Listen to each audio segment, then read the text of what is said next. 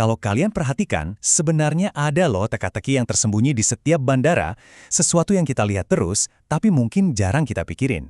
Nah, hari ini kita akan pecahkan misteri di balik kursi pilot. Pertanyaannya simple banget sih. Coba deh perhatikan.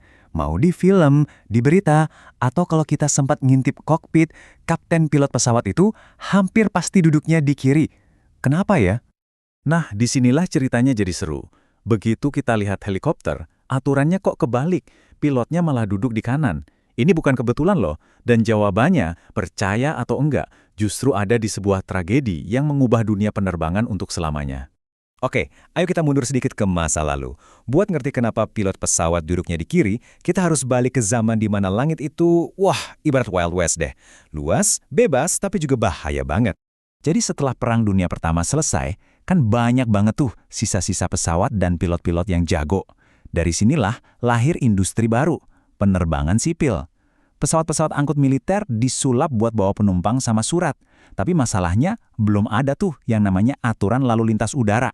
Coba bayangin deh, di awal tahun 1920-an, pilot itu navigasinya cuma ngelihat keluar jendela. Mereka ngikutin jalan raya, sungai, atau rel kereta di bawah.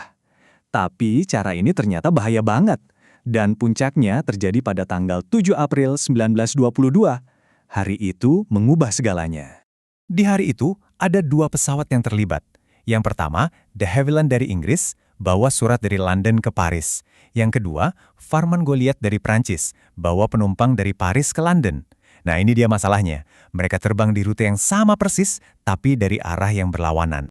Kondisinya parah banget, cuacanya berkabut, gerimis, jadi kedua pilot terpaksa terbang rendah banget, cuma sekitar 150 meter dari tanah, biar bisa lihat patokan di bawah.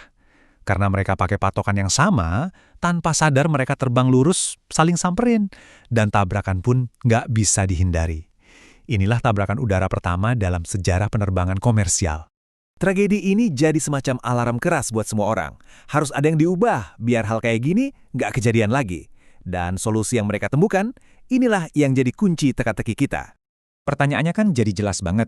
Kalau dua pesawat bisa tabrakan cuma gara-gara ngikutin rel kereta yang sama, gimana caranya bikin sistem yang aman? Jawabannya, ternyata simple tapi jenius. Dan ini dia solusinya, sebuah NOTAM atau semacam pengumuman buat para penerbang dari tahun 1924. Coba diperhatikan kalimat kuncinya. Setiap pilot harus berusaha menjaga patokan di darat setidaknya 300 meter di sebelah kirinya.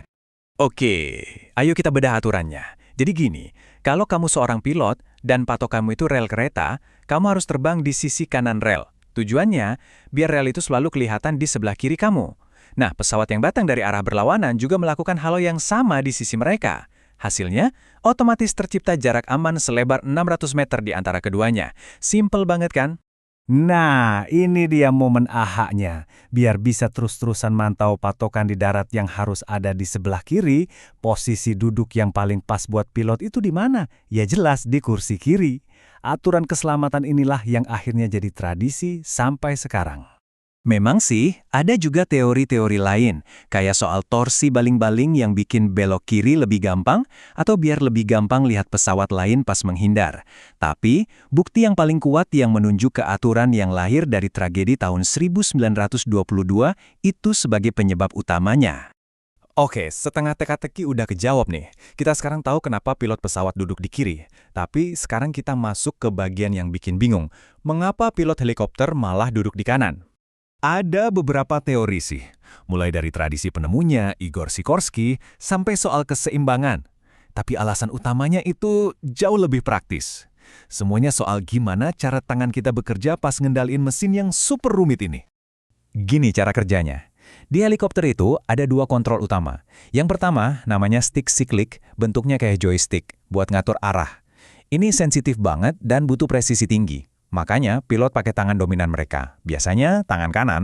Nah, tangan yang satunya lagi, tangan kiri, itu tugasnya ngatur tuas kolektif buat naik turun dan juga tombol-tombol lain di konsol tengah. Jadi, ini dia kuncinya. Kalau pilot duduk di kursi kanan, tangan kanannya bisa fokus terus di stick cyclic yang butuh presisi itu. Sementara tangan kirinya jadi bebas buat ngatur tenaga, ganti frekuensi radio, atau nekan tombol-tombol lain yang ada di tengah. Ini murni soal ergonomi dan efisiensi. Jadi, kalau buat helikopter, jawabannya bukan soal ngelihat keluar, tapi lebih ke efisiensi di dalam kokpit. Semuanya dirancang supaya pilot bisa ngendaliin mesin dengan presisi yang paling maksimal. Ya, kombinasi antara kontrol, keseimbangan, dan juga tradisi.